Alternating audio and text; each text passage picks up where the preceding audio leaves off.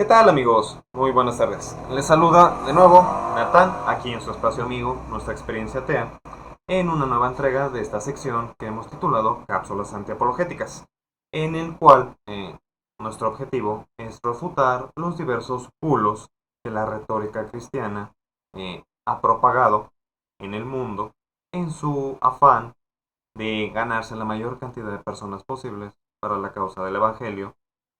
Nos hemos centrado en la apologética cristiana. Tal vez en un momento futuro toquemos el de otras religiones, pero por el momento estamos con este punto.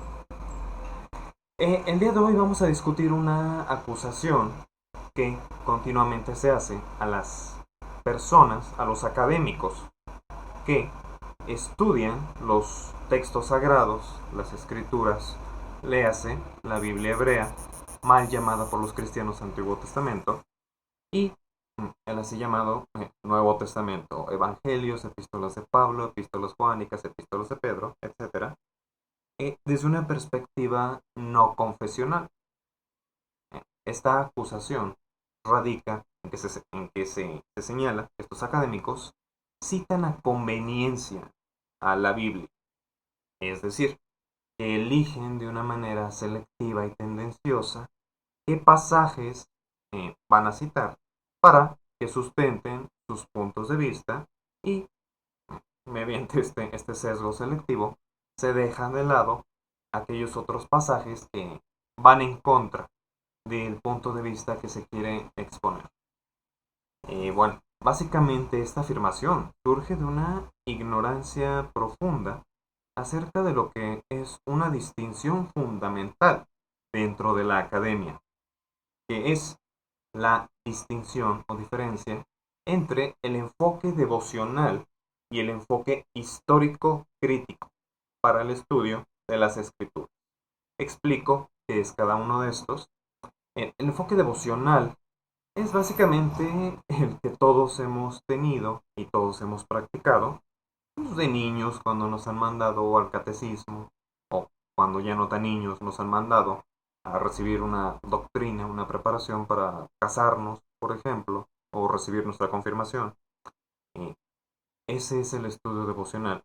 Es decir, consiste en estudiar la Biblia, los textos sagrados, dando por sentado, sin cuestionar, que se trata de escrituras inspiradas por un ser divino y consecuentemente son asumidas como históricamente inerrantes y doctrinalmente infalibles. Jamás se pone en duda la, la cuestión, la idea de que son textos inspirados. Por tanto, se les rinde una, iba a decir una cierta, pero no en realidad una profunda reverencia y jamás se les cuestiona, se les toma al pie de la letra. Ese es el enfoque devocional. Y obviamente tiene como propósito pues, el formar a nuevos cristianos, a nuevos creyentes, no precisamente a grandes conocedores de todos los aspectos técnicos que están involucrados en un estudio más concienzudo y detallado de estos documentos. Ese es, por un lado, el enfoque devocional. Y por el otro tenemos lo que conocemos como enfoque histórico crítico o no confesional. ¿Qué quiere decir esto? Consiste en estudiar a la Biblia, los documentos presuntamente sagrados, como se hace con cualquier otro documento de la antigüedad. Es decir, no se asume a priori que se trata de un documento inspirado, sino que se le trata exactamente de la misma manera en la que trataremos a cualquier otro documento de otra religión o en general de cualquier otra cultura de la antigüedad. Se trata a la Biblia como se trataría, digamos, a los Vedas de la religión hindú, a las diversas escrituras budistas, como los suttas, por ejemplo, o como se estudiaría, digamos, a las escrituras zoroástricas, de la Vesta, etc. No se le da un tratamiento preferencial a la Biblia en este enfoque. Y en vez de estudiar desde la devoción y la teología, se estudia al documento, o mejor dicho, a los documentos bíblicos, con todas las herramientas propias de lo que se ha denominado ciencias bíblicas. ¿Qué quiere decir ciencias bíblicas? Eh, no es veterinaria de dragones, como algunos bromean en internet. Este término ciencias bíblicas designa a todas aquellas ciencias, disciplinas y humanidades que son susceptibles de ser empleadas para hacer un estudio científico de la Biblia. Es decir, cosas como la historia, la antropología, la arqueología, la sociología de la religión, la psicología de la religión, la filología y muy en particular una parcela de la filología que es la crítica textual. Entonces, sí, este enfoque, resumiendo, consiste en estudiar a la Biblia desde una perspectiva no religiosa. El practicante de este enfoque hace lo que el padre John P. Mayer apropiadamente describía como poner entre paréntesis cualquier creencia personal, religiosa o no religiosa que se tenga, y se pone de ladito. Y uno procede a estudiar el documento estrictamente mediante, o mejor dicho, a través de estas disciplinas. Nada de devoción, nada de sesgos teológicos, se hace un esfuerzo sistemático y consciente por abordar el texto en su contexto histórico, se pone en duda todas las autorías tradicionales que se han eh, atribuido a los documentos bíblicos, como esta idea que comentábamos en la cápsula pasada, ¿no? De que el Evangelio de Mateo pues, fue escrito por el recaudador de impuestos devenido apóstol de Jesús Mateo, Marcos fue escrito por el secretario de Pedro, Juan por el apóstol Juan. No se les asigna este tratamiento preferencial a estas atribuciones tradicionales, sino que a la luz en particular de la crítica textual eh, y en particular de su rama, de una de sus ramas que es la alta crítica, se busca indagar quiénes fueron los verdaderos autores de estos documentos, quién o quiénes integraban su auditorio, cuál era su agenda teológica y política específica, qué sesgos pudo haber tenido el autor de los distintos documentos, cuál era su teología, ciertamente, y todas estas cuestiones, ¿no?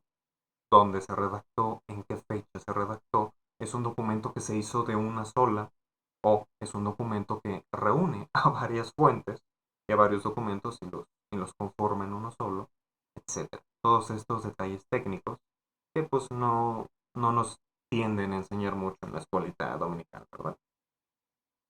Y bueno, eh, retomando la cuestión de la acusación, eh, cuando un académico no confesional, como digamos el doctor Antonio Piñero o el doctor Bart D. Ehrman, hacen mención de ciertas citas bíblicas, eh, es cuando surge este señalamiento. Es que están tomando solamente lo que les conviene.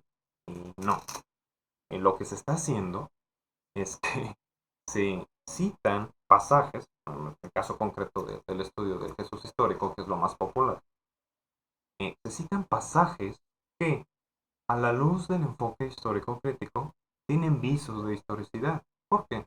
Porque se reconoce, como señalé en la cápsula pasada, que los evangelios y toda la literatura cristiana que está incluida en el Nuevo Testamento no son documentos historiográficos, son documentos de carácter proselitista y propagandístico. Es cierto, contienen pepitas de oro histórica, pero sepultadas en medio de mucha paja teológica, de mucha propaganda y de mucha geografía, vamos a decirlo así.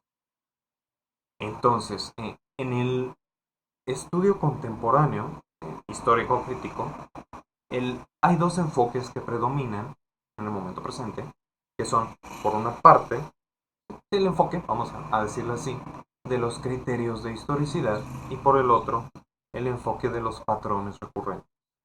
El enfoque de criterios de historicidad consiste en que las unidades narrativas que componen a los evangelios y por extensión a los demás documentos del Nuevo Testamento, que se les denomina perícopas, la unidad narrativa, el pedacito chiquito, pedacito de narración, son filtradas por una serie de criterios Se les llama criterios historiográficos o criterios de historicidad, magistralmente expuestos por el padre Meyer en su obra Jesús, un judío marginal, nueva visión del Jesús histórico. Se filtra por todos estos criterios, que son 5 principales y unos 4 adicionales, ahorita expongo cuáles son, para ver qué, qué narrativas de todas estas sí tienen visos de ser históricas y cuáles no, cuáles tienen más visos de ser propaganda y dispositivos literarios útiles al mero proselitismo religioso. Básicamente estos criterios son el criterio de múltiple atestación, el criterio de dificultad, el criterio de discontinuidad, el criterio de coherencia interna y el criterio de contextualidad histórica. Esos son los 5 principales que se exponen en el volumen 1 de la obra señalada. Y los criterios auxiliares que estipula Meyer entre otros autores son el criterio de los aramaísmos, el criterio de la sobriedad, vamos a decirlo así, el criterio de la viveza del lenguaje y el que a mí me gusta llamar el criterio necrológico. Básicamente tiene que ver con por qué rayos Jesús, este predicador apocalíptico, terminó en una cruz, ejecutado como un sedicioso en contra de Roma. Ese es el enfoque que ha dominado dentro del estudio histórico crítico de la Biblia bueno, mejor dicho, a lo largo de la segunda mitad del siglo XX y en el presente, pero ya tiene un competidor muy sólido, que es el llamado enfoque de los patrones recurrentes, magistralmente expuesto por Fernando Bermejo Rubio en la obra. Todas las obras que se mencionan van a estar incluidas aquí abajito en la descripción. En la obra La invención de Jesús. Que contrario a cómo suena, no es un texto mitista, es un texto historicista que defiende la existencia de un Jesús histórico. Y bueno, procura hacer este triaje de qué es histórico y qué es ficticio, no fáctico, mediante una metodología alterna.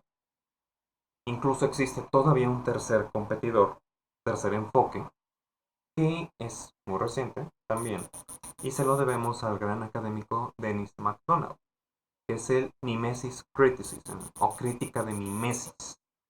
Básicamente es un enfoque que consiste en situar a los evangelios, y a la demás literatura cristiana, en el contexto de la literatura grecorromana, en verlos como un exponente más de esta literatura, de este milieu cultural. Y por tanto, se asume que es de lo más natural el aceptar que ciertas formas retóricas, ciertas narrativas, que ciertos motifs literarios que están presentes en los textos cristianos sean de hecho tomados de esta literatura en greco-romana. Entonces, bueno, esos son los 3 enfoques que predominan en el estudio histórico-crítico en el presente. Y bueno, ya simplemente así como un dato cultural, en el pasado hubo otros enfoques, insisto, todo esto metido dentro de lo histórico-crítico, como lo fue en su momento el de la crítica de formas, que se lo debemos a Rudolf Bultmann y a Martin Dibelius, dos académicos extraordinarios, clásicos. A Bultmann posiblemente algunos lo ubiquen porque fue un discípulo de Heidegger, del gran filósofo existencialista, y de Gadamer, de Hans Gadamer. Y bueno, está la crítica de formas, la crítica de redacción y está de fuentes, por ejemplo. Pero bueno, esos son elementos del pasado. Ahorita lo que domina en el estudio académico, histórico-crítico, es el de los criterios de historicidad, el de los patrones recurrentes y la crítica de mimesis de Dennis MacDonald y otros académicos relacionados con él, como lo son la genial académica Robin Faith Walsh y el doctor Richard C. Miller. Bueno, así que ese es el punto. Resumiendo todo esto, cuando un académico no confesional está citando ciertos pasajes y atribuyéndoles historicidad y no citando otros o afirmando que otros pasajes no son históricos, no es porque se lo esté sacando del asterisco, como se dice popularmente, sino porque se ha pasado esa narrativa de la cual se está hablando, ya sea por los criterios de historicidad, ya sea por la cuestión de los patrones recurrentes, o ya sea porque se está trabajando con la crítica de mí. No es una selección arbitraria, es una selección que obedece a una lógica interna y a unas metodologías muy específicas de lo que son los estudios histórico-críticos o no confesionales. Reitero que consisten básicamente en estudiar a la Biblia, sus diversos libros, de la misma manera en la que se estudia a cualquier otro documento de la antigüedad. Se quita uno las lentes de la fe, las lentes de la devoción, y se limita uno a estudiar el documento con las metodologías científicas de las que gozamos en el momento presente. Y ojo, hay autores practicantes de este enfoque histórico-crítico, tanto confesionales como no confesionales, es decir, tanto autores creyentes como no creyentes. En la cápsula pasada cité al padre John P. Mayer y al padre Raymond Brown como dos ejemplos excelentes de autores que, a pesar de que eran sacerdotes, alguien por ahí en el comentario decía que no eran católicos, no me explico eso, eran sacerdotes, y de hecho Mayer recibió una adulación pública muy jugosa por parte del ex papa Joseph Ratzinger. No me explico cómo es que un especialista no católico podría conseguir eso, pero bueno. Son autores que tienen una creencia personal, eran sacerdotes, eran católicos, pero en aras de hacer una producción académica de calidad, así top notch, como se dice en Estados Unidos, al momento de sentarse en sus escritorios y ponerse a trabajar, se quitaban las lentes de la fe y estudiaban los documentos estrictamente con las metodologías científicas de las diversas ciencias, disciplinas y humanidades ya referidas. Así que bueno, eso sería todo. Los esperamos con cualquier observación, comentarios, reflexiones, enmiendas, recordatorios familiares, mensajes, propuestas y demás que gusten compartirnos en la cajita de comentarios. Entonces, nos vemos en una próxima emisión.